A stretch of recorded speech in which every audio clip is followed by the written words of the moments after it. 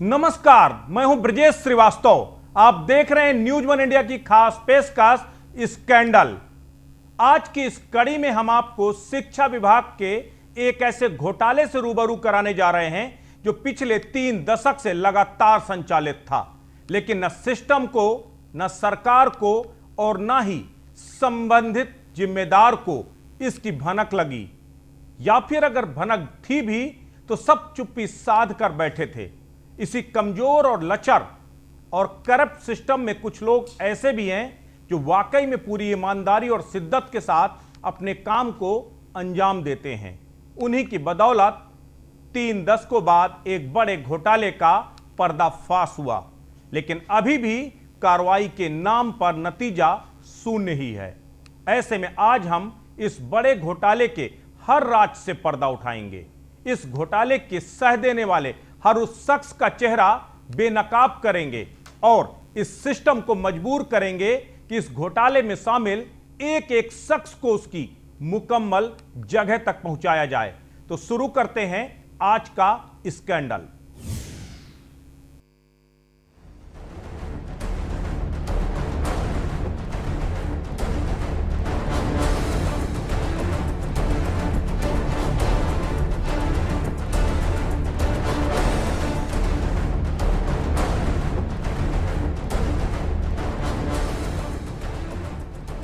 शिक्षण स्थल को मंदिर और शिक्षक को भगवान का दर्जा दिया गया है, सिर्फ इसीलिए क्योंकि शिक्षा से बड़ा पुण्य कर्म कुछ और नहीं हो सकता।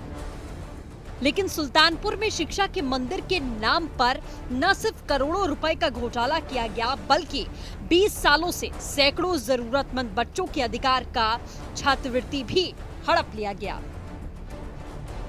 जी हां, सुल्तानपुर की कोथरा कला गांव में वर्ष 2007 में रामरती सिंह बालिका उच्चतर माध्यमिक विद्यालय को मान्यता प्रदान की गई। इसके पहले वर्ष 2000 में लालजी शिक्षण संस्थान प्राथमिक पाठशाला कोथरा कला, लालजी शिक्षण संस्थान उच्च प्राथमिक विद्यालय कोथरा कला को भी शिक्षा विभाग ने मान्यता दी। कागजों में दिखाया गया कि ये विद्यालय सालों से संचालित हैं। इन विद्यालयों में खेल के मैदान भी हैं, स्कूल की बिल्डिंगें भी हैं, बच्चे भी पढ़ते हैं, लेकिन हकीकत थी उसके उलट।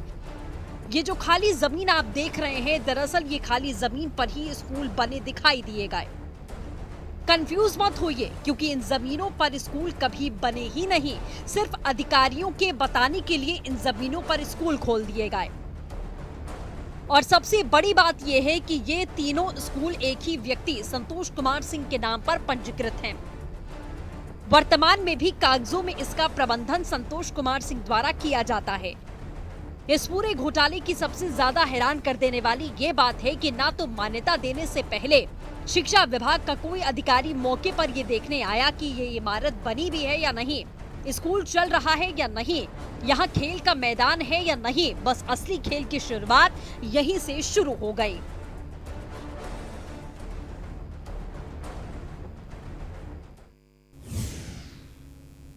मामला केवल मान्यता देने तक ही होता तब भी कोई दिक्कत नहीं थी, लेकिन दरअसल मान्यता के बाद इन 3 विद्यालयों को सांसद और विधायक निधि भी मुहैया कराई गई। इन विद्यालयों के निर्माण के लिए देखिए कब कब और कितनी धनराशि सांसद और विधायक निधि के जरिए प्राप्त हुई है। वर्ष 2002 और 3 के वित्तीय वर्ष में लालजी शिक्षण संस्थान कोथरा कला में 4 शिक्षण कक्षों के निर्माण के लिए 5 लाख की धनराशि स्वीकृत की गई। साल 2003 में एक बार फिर से लालजी शिक्षण संस्थान कोथरा कला में एक शिक्षण कक्ष के निर्माण के लिए 1.35 लाख की धनराशि स्वीकृत की गई। वर्ष 2005 के वित्तीय वर्ष में तत्कालीन एमएलसी शैलेंद्र प्रताप सिंह ने लालजी शिक्षण संस्थान कोथरा कला में एक शिक्षण कक्ष के निर्माण के लिए 1.35 लाख की धनराशि स्वीकृत की थी। साल 2010 और 11 के वित्तीय वर्ष में तत्कालीन विधायक चांदा ने लालजी शिक्षण संस्थान के 4 कक्षों के निर्माण के लिए 15 लाख की धनराशि स्वीकृत की। साल 2011 और 12 में एक बार फिर से लालजी शिक्षण संस्थान के लिए 5 लाख की धनराशि बाउंड्री वॉल के निर्माण के लिए स्वीकृत की गई। साल 2011-12 में रामरती सिंह बालिका उच्च प्राथमिक विद्यालय में एक बरामदा सहित कक्ष के निर्माण के लिए 5 लाख की धनराशि दी गई। कुल मिलाकर 32.70 लाख रुपए की सांसद और विधायक निधि इन तीनों विद्यालयों के 11 कक्ष और बाउंड्री वॉल के निर्माण में चली गई। अगर सांसद और विधायक निधि को आधार माना जाए तो 2002 से लेकर 2012 के बीच इन 3 विद्यालयों में कम से कम 11 कक्ष और बाउंड्री वॉल तो बनकर तैयार ही हो गए थे। लेकिन आज की तस्वीर देखिए, आज भी इन जमीनों पर सिर्फ घास नजर आएगी। अब तक की जमीनें सिर्फ खाली पड़ी हैं। खेल सिर्फ इतना ही नहीं है, आगे बताते हैं और कैसे कैसे इस पूरे मामले में भ्रष्टाचार हुआ।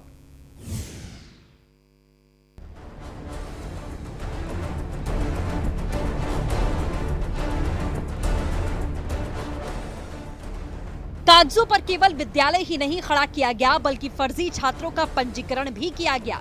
तीनों विद्यालयों में छात्रों का जो पंजीकरण दिखाया गया, उन छात्रों के नाम से उनके वजीफे को हड़पने का भी काम किया गया। शुरुआती दौर पर वजीफा नगद बांटने का प्रावधान था। ऐसे में पहले तो ये खेल चलता रहा। समाज कल्याण विभाग, पिछड़ा वर्ग कल्याण विभाग और अल्पसंख्यक कल्याण विभाग में अलग अलग छात्रों को फर्जी तरीके से पंजीकृत दिखाया गया। उनके वजीफे की रकम निकालकर हड़प ली गई। लेकिन उसके बाद जो वजीफा छात्रों के खाते में जाने लगा, तब भी खेल खत्म नहीं हुआ। फर्जी खाते दिखा करके छात्रों के नाम का वजीफा प्रबंधन के संचालकों के खातों में ट्रांसफर किया गया। हर साल हजारों रुपए के वजीफे की रकम प्रबंधन संतोष सिंह डकारता रहा। अभी तक संबंधित महकमों को भी नहीं मालूम कि आखिर किस किस वर्ष में कितनी कितनी छात्रवृत्ति इन स्कूलों को दी गई। संबंधित महकमे का कहना है कि दस्तावेज मिल ही नहीं रहे, कई दस्तावेज जल गए, कहीं गुम हो गए। लेकिन डीसीएफ एक आंकड़े के मुताबिक 138 छात्राओं को केवल रामरती सिंह उच्चतर माध्यमिक विद्यालय से ही छात्रवृत्ति भेजी गई है।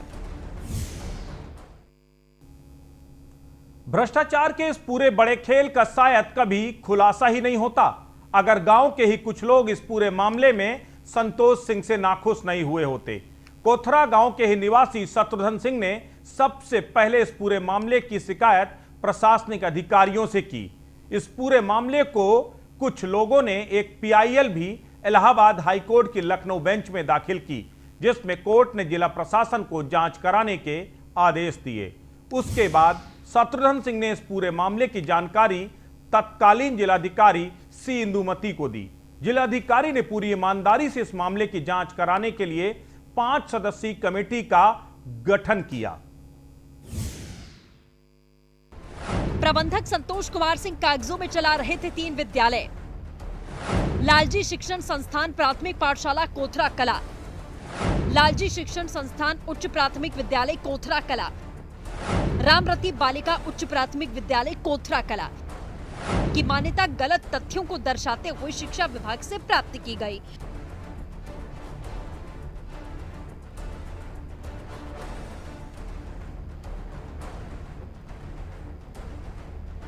अट्ठाईस साल पहले मर चुकी सरोज सिंह रामरती बालिका उच्च प्राथमिक विद्यालय की प्रधानाध्यापिका।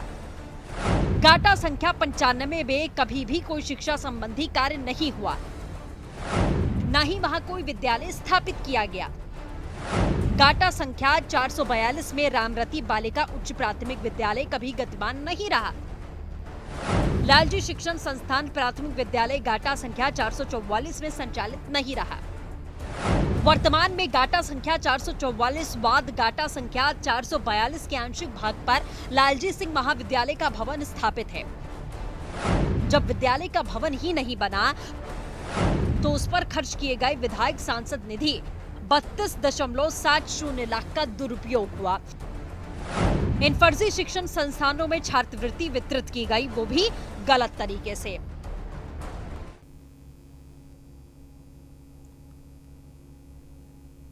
और शिक्षा विभाग के इस बड़े खुलासे पर न्यूज वन इंडिया लगातार बड़ा खुलासा कर रहा है कि आखिर किस तरीके से कागजों में बने विद्यालय के जरिए न सिर्फ एमएलए यानी कि विधायक निधि और सांसद निधि का दुरुपयोग किया गया, बल्कि इसके साथ ही वजीफे के नाम पर भी करोड़ों का खेल हुआ। इस वक्त हमारे साथ हमारे जोनल एडिटर वरुण उपाध्याय जुड़ रहे हैं। डॉक्टर वरुण उपाध्याय सुल्तानपुर से। वरुण, सबसे बड़ी बात ये, इस पूरे घोटाले को अगर आप देखिए तो पिछले 2 दशकों से, यानी कि अगर ये देखा जाए लगभग 2000 से सिलसिला शुरू हुआ, जब कागजों में विद्यालय बनाए जाते हैं, बताया जाता कि उसकी बिल्डिंगें बनकर के तैयार हो गई हैं, खेल के मैदान भी हैं, बच्चे भी आ रहे हैं, लेकिन हकीकत में कुछ होता नहीं है। आप खुद, चूंकि आपने बहुत बड़े बड़े खेल देखे, जब एक स्कूल की मान्यता मिलती है तो उसमें तमाम मानक होते हैं, तमाम महकमा स्थलीय निरीक्षण करते हैं। तो क्या इस पूरे मामले में कोई निरीक्षण हुआ ही नहीं? सिर्फ कागजों पर ही विद्यालय बन गए, कागजों पर ही वजीफे बढ़ गए, कागजों पर ही आपके जो है निधियों का हस्तांतरण हो गया? क्या लगता है, ये पूरा घोटाला ही कागजों पर था? देखिए, आपको जान के बड़ा आश्चर्य होगा कि 2001 में कागज पे 3 विद्यालयों का निर्माण किया गया। उसके पश्चात लगातार वजीफे आते रहे, बच्चों की फीस लेती गई और विधायक और सांसदों ने निधि भी दे दी। सबसे आश्चर्य का विषय है कि बिना किसी सत्यापन के निधि दे दी गई।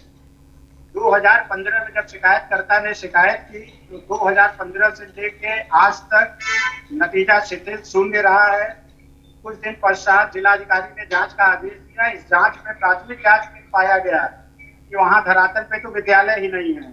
प्रशासन के हाथ पांव फूले और कागजी कार्रवाई के नाम पे उन्होंने एक आदेश जारी कर दिया। कोतवाली में FIR लिखा दी गई है, परंतु ये साथी संतोष सिंह की आज तक किसी प्रकार की गिरफ्तारी नहीं हो पाई, क्योंकि इसके लगातार फोटो सोशल मीडिया पे विधायक, मंत्री, सत्ता दल से जुड़े लोगों के साथ वायरल हो रहे हैं, जिसके कारण पुलिस के भी हाथ पांव फूल रहे हैं इसको गिरफ्तार करने में।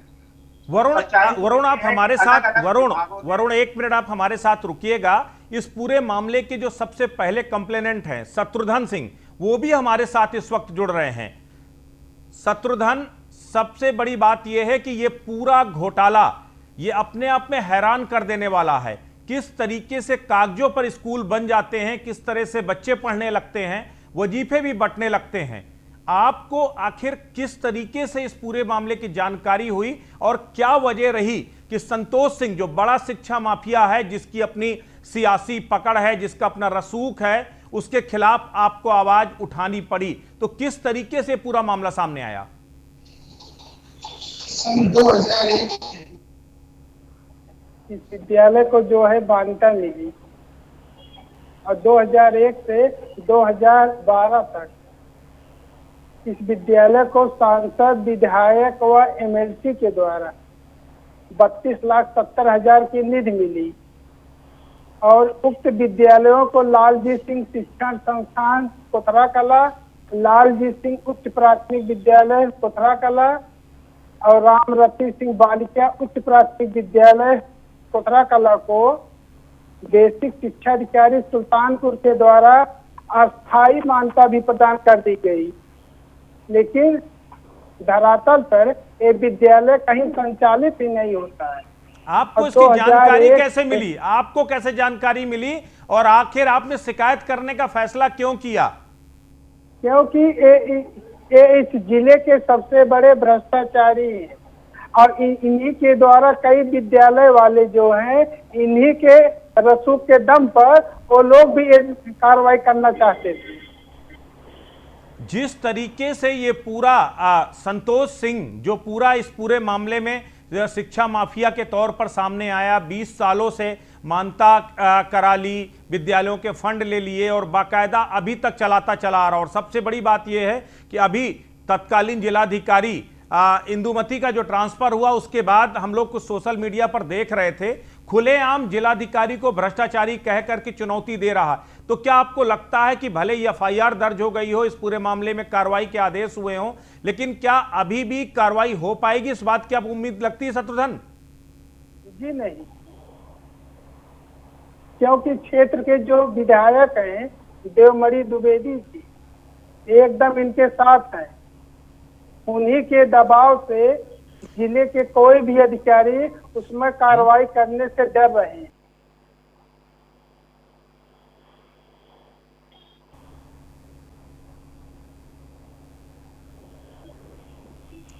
आवाज आपको शत्रुघ्न मिल रही है? बिल्कुल, आप बताइए। जी, जिले के जितने भी अधिकारी हैं वो जो है जिले के सबसे बड़े राजनेताओं के से मिले हुए हैं, इसलिए यहाँ पर कोई कार्रवाई हो नहीं पा रही। वरुण, सबसे बड़ी बात ये बेहद अहम बात शत्रुघ्न कह रहे हैं कि चूंकि सियासी कनेक्शन है इन शिक्षा माफियाओं के, इसलिए कोई कार्रवाई नहीं हो पा रही। 2 दशकों बाद ये मामला खुला तो एफआईआर भी दर्ज हो गई, जांच रिपोर्ट में दोषी भी करार दिए गए, लेकिन कार्रवाई के नाम पर नतीजा शून्य है। वरुण, क्या लगता है, कार्रवाई हो पाएगी या फिर एक बार फिर सियासी रसूख के आगे ये बड़ा घोटाला दफन हो जाएगा? अब ये तो इंतजार करना कार्रवाई के लिए, लेकिन यहाँ अधिकारी ऑफ कैमरा बताते हैं कि सत्ता दल से जुड़े कुछ मंत्री लोगों का दबाव है यहाँ के प्रशासनिक और पुलिस अधिकारियों पे। थाना प्रभारी रोज मन बनाते हैं इनको गिरफ्तार करने का, लेकिन शाम तक नतीजा शून्य और पता चलता है कि वो गिरफ्तार नहीं कर पाए, किसी न किसी का फोन आ गया। इसी के साथ जाहिर होता है कि प्रशासन यहाँ का कितना दबाव में है, और अगर संतोष सिंह रसूखदार व्यक्ति नहीं होता, सत्ता का संरक्षण नहीं प्राप्त होता, तो 2001 से फर्जी विद्यालय कागजों में न चलते, न विधायक और सांसद निधि देते। सबसे हैरानी की बात तो ये है कि मुख्य विकास अधिकारी इसमें क्या कर रहे थे। विधायक निधि की संपूर्ण जिम्मेदारी मुख्य विकास अधिकारी की होती है। उन्होंने कैसे नहीं जांच किया कि ये फंड किसको दिया जा रहा है, विद्यालय का निर्माण हुआ या नहीं हुआ। बिल्कुल वरुण, बेहद अहम बात आप कह रहे हैं। आप दोनों हमारे साथ बने रहिएगा। इस वक्त सवाल केवल प्रबंधक संतोष कुमार सिंह पर ही नहीं, बल्कि उस महकमे पर भी उठना चाहिए जिसने इस स्कूल को मान्यता दी।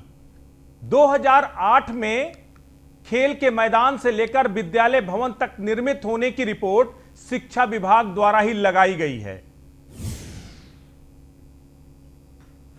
सवाल उठता है ये कि बिना स्थलीय सत्यापन के आखिर कैसे कागजों पर ही रिपोर्ट दे दी गई। अब तक उन अधिकारियों पर कार्रवाई क्यों नहीं की गई जिन्होंने फर्जी रिपोर्ट तैयार की थी? तत्कालीन बीएसए पर कार्रवाई क्यों नहीं? समाज कल्याण से लेकर पिछड़ा वर्ग कल्याण और अल्पसंख्यक कल्याण महकमे पर भी कार्रवाई होनी चाहिए। बिना सत्यापन कैसे छात्रवृत्ति दी गई?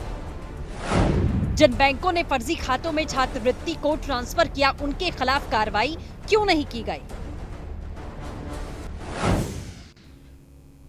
इस पूरे मामले में तत्कालीन जिलाधिकारी सी इंदुमती ने क्या कहा, देखिए, आइए सुनते हैं। हमारे संज्ञान में आया है तो ये काफ़ी पुराना मामला है, और इसको अब जैसे ही हमको पता चला, अब हमने 5 मेंबर्स की जो टीम है उसको गठित किया है, और मैंने आज 1 तारीख है उन लोगों को साइट विजिट के लिए और इंक्वायरी के लिए मैंने इंस्ट्रक्शंस दी हूँ, और 6 तारीख तक मुझको पूरा जो रिपोर्ट है, संयुक्त रिपोर्ट है, इन लोगों से सारा जो ग्रहण जांच पड़ताल करते हुए, रेवेन्यू पॉइंट ऑफ व्यू से भी देखते हुए, स्कॉलरशिप पॉइंट ऑफ व्यू से भी देखते हुए, फिर वो जो प्राइमरी स्कूल डिपार्टमेंट के पॉइंट ऑफ व्यू से देखते हुए जो होलिस्टिक रिपोर्ट है हमारे पास जमा करने हेतु हमने निर्देशित किया। तो जैसे ही रिपोर्ट आ जाएगा तो फिर आगे की कार्रवाई रिपोर्ट के अनुसार की। बीएसए सुल्तानपुर ने इस पूरे मामले के फर्जीवाड़े को देखते हुए एफआईआर दर्ज कराई है। आखिर उन्होंने क्या कहा और किस तरीके से इस पूरे घोटाले को स्वीकार रहे हैं, जरा देखिए क्या कह रहे हैं। के बाद जैसे ही मेरे संज्ञान में आया था मैटर, इस संबंध में मैंने 2 खंड शिक्षा अधिकारियों की संयुक्त टीम बना करके जांच करवाई थी। इस संबंध में और भी अन्य जांच हुई है, उसकी भी रिपोर्ट मेरे को प्राप्त हुई है, और दोनों स्थितियों से ये क्लियर हुआ है कि यह विद्यालय धरातल पर नहीं है, और इसके जो संचालक हैं उनने किसी भी तरह से अपना गुमराह करते हुए काफ़ी समय से ये विद्यालय को चलना हुआ बताया गया है। क्या नाम है उनका सर? शायद संतोष सिंह नाम है शायद। हाँ, इस संबंध में हम एक चिट्ठी जारी कर रहे हैं संबंधित खंड शिक्षा अधिकारी को कि संबंधी जन की एफआईआर दर्ज कराई जाए।